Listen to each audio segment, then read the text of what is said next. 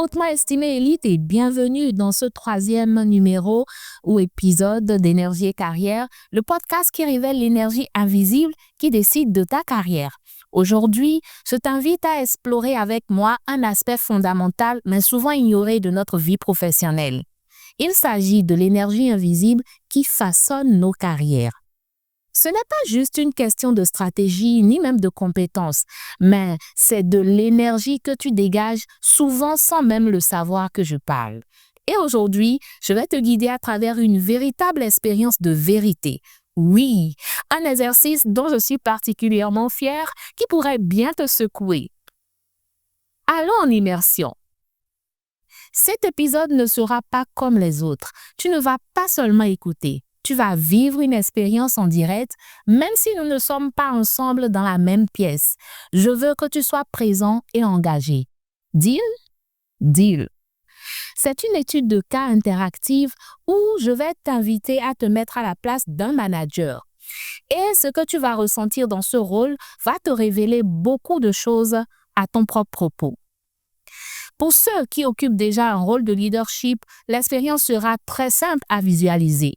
Par contre, pour ceux qui aspirent à devenir des leaders, c'est l'occasion rêvée de se projeter et de voir ce que ça fait, de tester ton propre miroir. Aujourd'hui, nous allons voir ensemble un comportement invisible qui empêche de nombreuses personnes de réussir. Parce que oui, ce sont souvent ces petits gestes invisibles-là qui font la différence. Le problème, c'est qu'ils passent inaperçus et ce manque de conscience peut devenir un véritable frein à ton ascension professionnelle. Voici notre étude de cas. Roulement de tambour. Imagine, tu es chef d'équipe. Tu viens de recevoir un stagiaire que tu dois encadrer. Et dans le même temps, ton hiérarchie t'assigne aussi un projet crucial. Si le projet réussit, une prime, voire une augmentation de salaire t'attend. Mais la seule ressource que tu as pour réussir ce challenge, c'est ce stagiaire justement, ce nouveau stagiaire. Tu te sens vraiment prêt à briller parce que c'est le moment décisif que tu attendais depuis longtemps. Bien, le premier jour, ton stagiaire arrive. Il pousse la porte de ton bureau, serre ses feuilles contre lui comme si elles étaient un bouclier. Il évite ton regard et il murmure un bonjour presque inaudible. Stop! Mets-toi dans la scène. Qu'est-ce que tu ressens à cet instant précis? De la compassion? De l'agacement? Un petit doute qui s'installe? Écris-le-moi en commentaire. Beaucoup de leaders, beaucoup de managers décrivent à ce moment-là une première impression étrange. Mince, il ne dégage pas de l'assurance, celui-là. C'est ce qu'on appelle une énergie d'invisibilité. Continuons. Le lendemain en réunion, tu observes qu'il reste silencieux, les yeux fixés sur son carnet. Chaque fois que tu lui poses une question simple, il cherche ses mots, il bafoue, il donne une réponse complètement à côté de la plaque. À ce moment-là, tu te dis peut-être, est-ce que j'ai vraiment le temps de former ce profil? 3 jours plus tard, tu lui confies une tâche basique. Résultat, un document incomplet, rempli d'erreurs évidentes. Mets-toi encore dans la scène. Comment tu réagis? Tu sens la frustration monter? Tu as envie de reprendre les choses toi-même? Et ce n'est pas tout. En réunion, il hoche la tête timidement, mais ne propose jamais d'idée. Même quand tu l'invites à donner son avis, il reste silencieux. Et plus les jours passent, plus tu remarques des micro-comportements qui te dérangent. Pas d'initiative, pas de réponse. Incertitude dans chaque geste. Résultat, tu te sens ralentir, tu perds confiance en lui, tu n'as même plus envie de lui confier quoi que ce soit, surtout pas les tâches importantes, n'est-ce pas? Alors revenons-en maintenant à toi. Merci d'avoir fait cet exercice avec moi. Disons que ce que tu viens de vivre avec ce stagiaire, ce n'est pas une simple histoire de maladresse. C'est une illustration parfaite du thème du jour, ce que ton corps sait avant ton boss. Parce que ton corps, ton énergie, tes micro-gestes parlent avant toi et les autres le perçoivent. Souvent inconsciemment, mais ils le perçoivent quand même. Et c'est là que je veux que tu fasses un parallèle avec ta propre carrière. Question directe pour toi, tu me connais. Je t'ai dit, on se parle cash, ok? Est-ce que, sans t'en rendre compte, tu pourrais dégager toi aussi une forme d'invisibilité? Réfléchis. Est-ce que parfois, en réunion, tu hésites, tu retiens ton idée, tu doutes, et ça se voit? Est-ce que tu te surprends à t'effacer pour éviter le jugement des autres? Eh bien, sache que ces petits signaux, un regard fuyant, une voix basse, une posture fermée, envoient un message bien plus fort que tes compétences. Et devine quoi? Ce message, ton boss, tes collègues, ton entourage professionnel, ils le reçoivent avant même que tu aies eu l'occasion d'expliquer ce que tu vaux. C'est donc important de te rassurer quand même d'une chose. Ces tics invisibles ne sortent pas de nulle part. Ils sont liés à des croyances limitantes profondément ancrées. Par exemple, si je parle trop, je vais me ridiculiser. Est-ce que ça te parle? Ou bien, je dois être vraiment parfait avant de m'exprimer. Il y en a même qui disent, je ne maîtrise pas bien les mots, je n'ai pas bien le vocabulaire, donc il vaut mieux que je ne parle pas. Il y en a qui disent, les autres savent mieux que moi, donc vaut mieux que je me la ferme. Résultat, tu hésites, tu attends, tu contrôles trop ton image et tu finis par dégager une énergie de distance ou d'invisibilité. Et plus tu cherches à contrôler ça, moins tu sembles naturel, moins tu sembles authentique. Or, ce que les gens recherchent dans un leader, ce n'est pas la perfection. C'est la présence, l'authenticité et la connexion. Par exemple, pour toi qui occupes peut-être déjà un rôle de leadership, tu as peut-être adopté des croyances limitantes liées à la perfection, à l'attente des autres ou même à la peur du jugement. Et ces croyances-là vont entraîner des comportements de distanciation émotionnelle. C'est là que tu vois des personnes qui maîtrisent, qui cherchent tout le temps à maîtriser leur image, à paraître parfait. Mais au fond, cela crée une énergie de contrôle et de distance. Et même si tu t'efforces de rester connecté, tu n'es pas vraiment authentique. Je vais donner, c'est l'exemple typique d'une personne, par exemple, que vous voyez qui est inaccessible. Parce qu'elle se dit dans sa tête que le bon boss ou bien le bon patron ou bien le bon supérieur hiérarchique, c'est le supérieur hiérarchique qui ne se mélange pas avec ses collaborateurs. Mensonge! Gros mensonge! L'authenticité, c'est la meilleure arme pour un leader d'exception. Il faut être soi-même. Il faut être au contact des autres. Il faut juste être soi en présence des autres. Parce que les autres, c'est des êtres humains comme vous. OK? Donc, si tu veux retrouver ton authenticité dans ta carrière, tu dois commencer par transformer ces croyances. Et quand tu accepteras de laisser partir ces croyances limitantes, tu vas retrouver maintenant une énergie plus authentique qui te permettra de t'exprimer librement et de connecter avec les autres à un niveau de profondeur plus élevé. Maintenant, warning.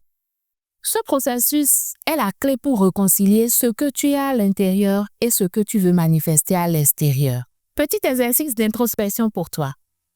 Je t'invite à faire un test simple maintenant.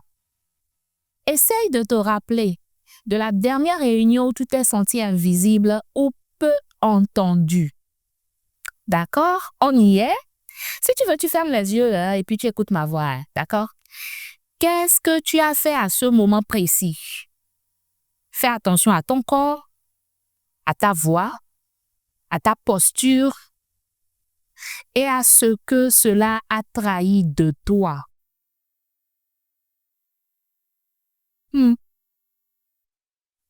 Note bien cette scène mentalement. Ou mieux, écris-la. Écris-la parce que l'écriture, en fait, permet de verbaliser ce que tu vis, de voir sur le papier ce qui se passe inconsciemment. Surtout que c'est des gestes inconscients, tu ne t'en rends même pas compte. L'exercice que nous venons de faire t'aura permis de te rendre compte du signal invisible que tu dégages aux yeux des autres sans même t'en apercevoir. La prochaine fois que tu es en réunion ou que tu es en train de faire quelque chose où tu sens que, il y a quelque chose qui se passe, les gens ne m'écoutent pas, les gens ne m'entendent pas, il y a quelque chose qui se passe. Fais le scanning. Scanne-toi. Essaye de voir qu'est-ce qui est en train de se passer dans mon corps en ce moment. Et là, tu vas voir que tu es en train de shaker tes hands. Oh my goodness. Que tu es en train de... Peut-être que tu as tes mains sont moites, peut-être que tes pieds sont en train de trembloter, peut-être que ton cœur bat la chamade à l'intérieur, même si à l'extérieur, tu essaies de te la couler douce. D'accord? Ces micro-situations révèlent tes croyances limitantes. Et si tu veux pousser encore plus loin cette réflexion, j'ai créé une capsule premium offerte. C'est une expérience d'une 15aine de minutes pour mettre de la clarté, d'accord, sur l'énergie invisible qui précède tes actions et qui influence ton impact.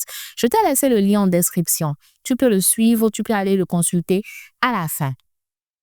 Et en tout cas, je te garantis une chose, tu ne verras certainement plus ta posture, ton énergie et tes signaux invisibles de la même façon après avoir suivi cette capsule-là.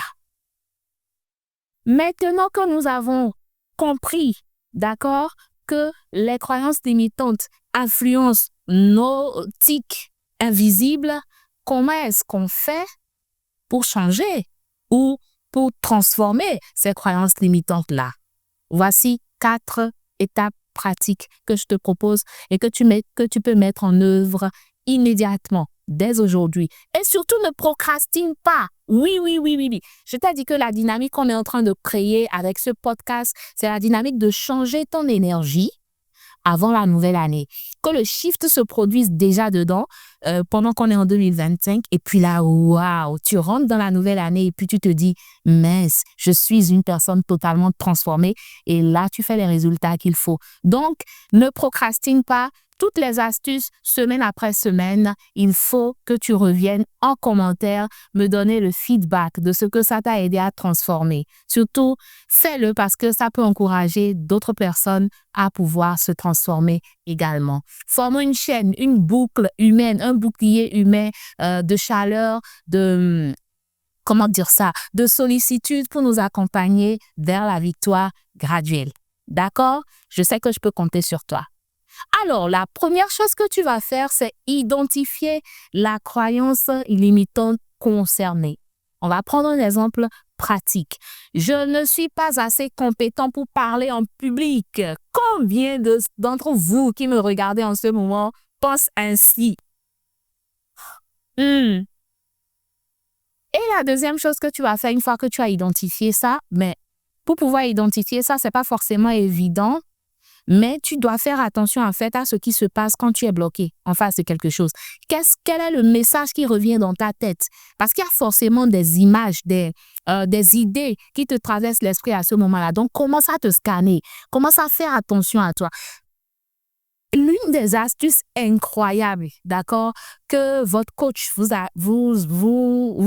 aide à faire, c'est de vous permettre de vous rendre compte de toutes les ressources que vous avez en vous et autour de vous qui peuvent être de vrais déclencheurs de votre transformation, notamment votre corps, notamment les choses que vous vous dites dans votre tête, le sentiment que vous avez, les émotions que vous vivez. Toutes ces choses sont des micro-éléments puissants qu'on néglige souvent, mais qui sont super importants.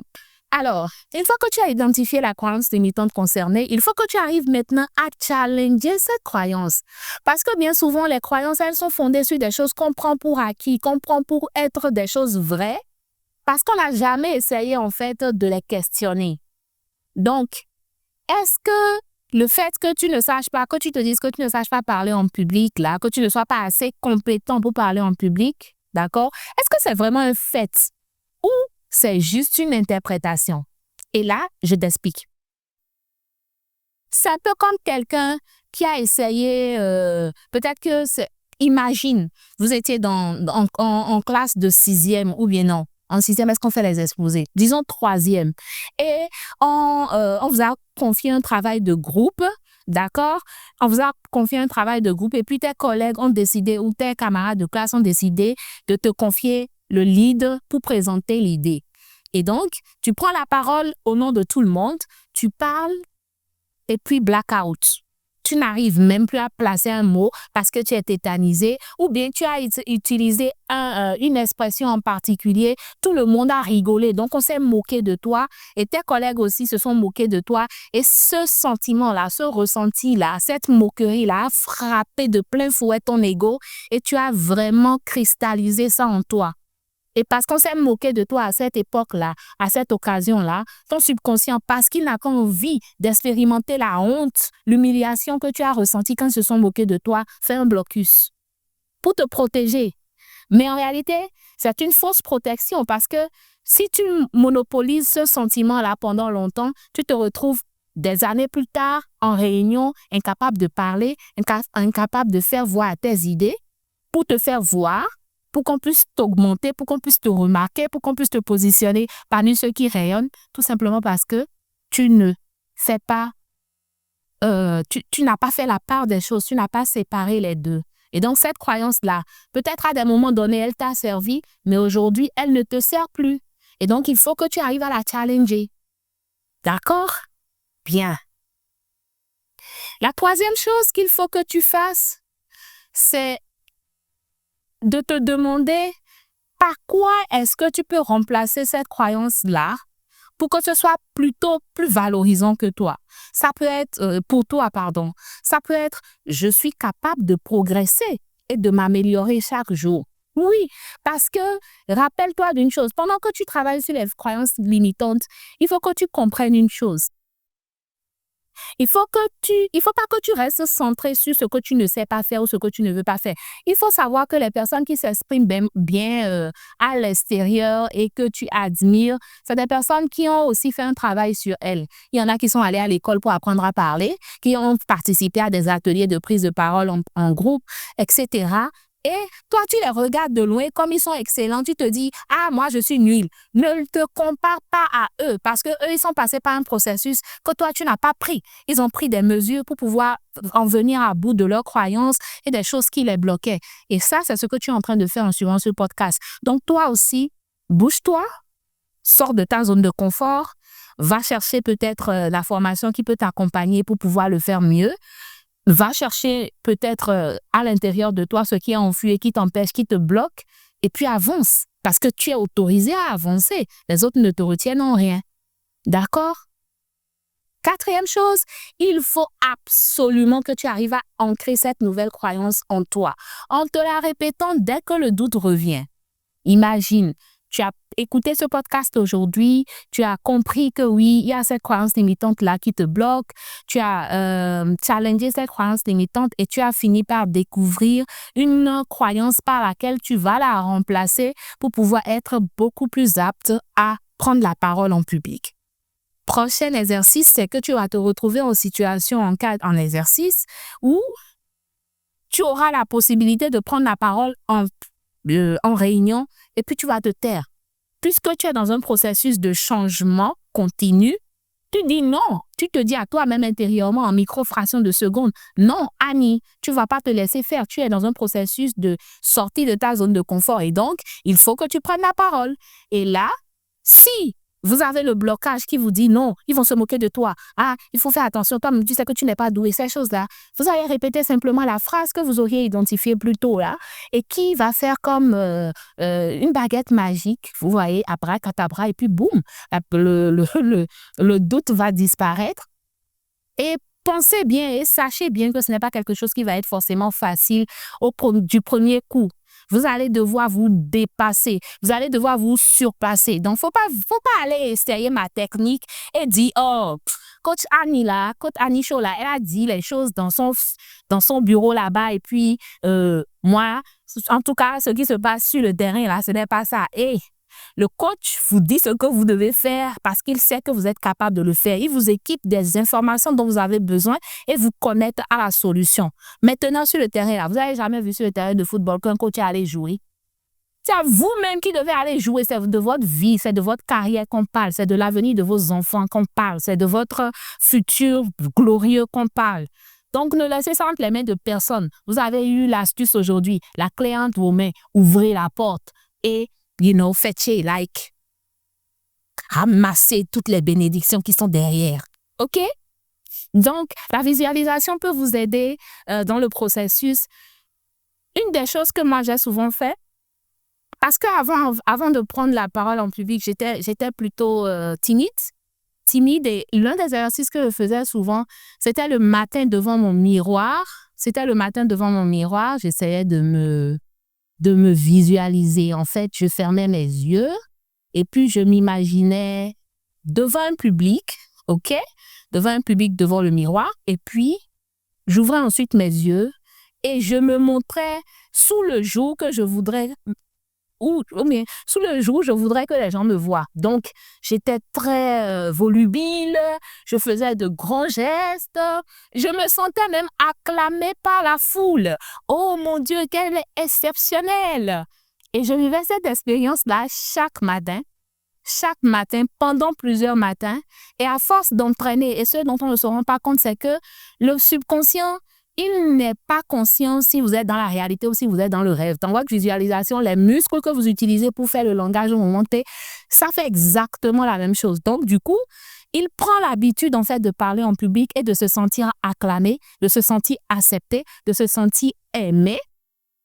Et puis, avant même que vous ne vous en rendiez compte, vous êtes le meilleur, la personne la plus éloquente de la salle. C'est ainsi que vous commencez à prendre la parole pour vos collègues.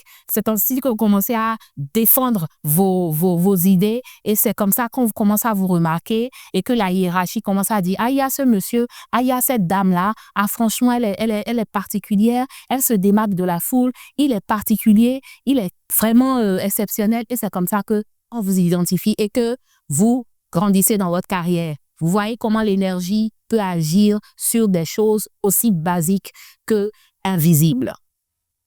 Donc, faites cela encore et encore et vous verrez que votre énergie va se transformer.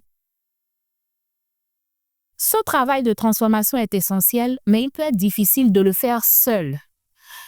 Parce que certaines croyances sont tellement profondément ancrées chez certaines personnes qu'il leur faut un accompagnement. OK? Là, vous avez peut-être besoin d'un coach ou vous avez peut-être besoin d'un ami, de poser des questions aux gens, etc. pour pouvoir identifier et déconstruire ces différentes croyances. D'ailleurs, j'en profite pour vous dire que je propose un programme de croissance des carrières pour élites. PCCE, ça s'appelle. C'est un accompagnement sur la durée parce que c'est quand même des croyances que vous avez emmagasinées pendant des années. Il y en a même parfois que vous ne savez pas que c'est même une croyance qui vous limite. Donc, c'est un accompagnement sur la durée qui va vous aider à transformer vos blocages invisibles en leviers de carrière qui croient, qui ascensionnent. Mais avant ça, commencez déjà à vivre l'expérience de la capsule premium que j'ai laissée pour vous dans la description parce que ça va vous donner un bon avant-goût puissant, d'accord, de cette expérience de transformation et une clarté nouvelle sur votre énergie et une première libération à coup sûr. Ne rate surtout pas le prochain épisode. Invisible au bureau, voici pourquoi on ne te voit pas. On plongera dans les mécanismes invisibles qui affectent ta présence et ton impact au travail. Tu ne voudrais certainement pas manquer ça. Voilà pour aujourd'hui. Tu viens de mettre en lumière quelque chose que ton corps et tes comportements savaient déjà, mais que ton esprit n'avait peut-être pas encore osé reconnaître. Et ça, c'est un premier pas puissant. Si cet épisode t'a parlé, je t'invite à t'abonner au podcast pour ne rien manquer des prochains épisodes. Chaque semaine, je vais plus loin avec toi pour t'aider à rendre ton travail visible, reconnu et impactant. Et si tu veux prolonger ce que tu viens de découvrir aujourd'hui, j'ai créé, comme je te l'ai dit, une capsule premium offerte. C'est une expérience intime et immersive où je partage des clés encore plus profondes pour lever les blocages invisibles qui freinent ta carrière. Tu peux la retrouver directement via le lien en description. Enfin, si tu connais quelqu'un qui mérite d'entendre ça, partage-lui cet épisode. On sous-estime souvent à quel point une prise de conscience peut changer une vie entière, une trajectoire 360 degrés.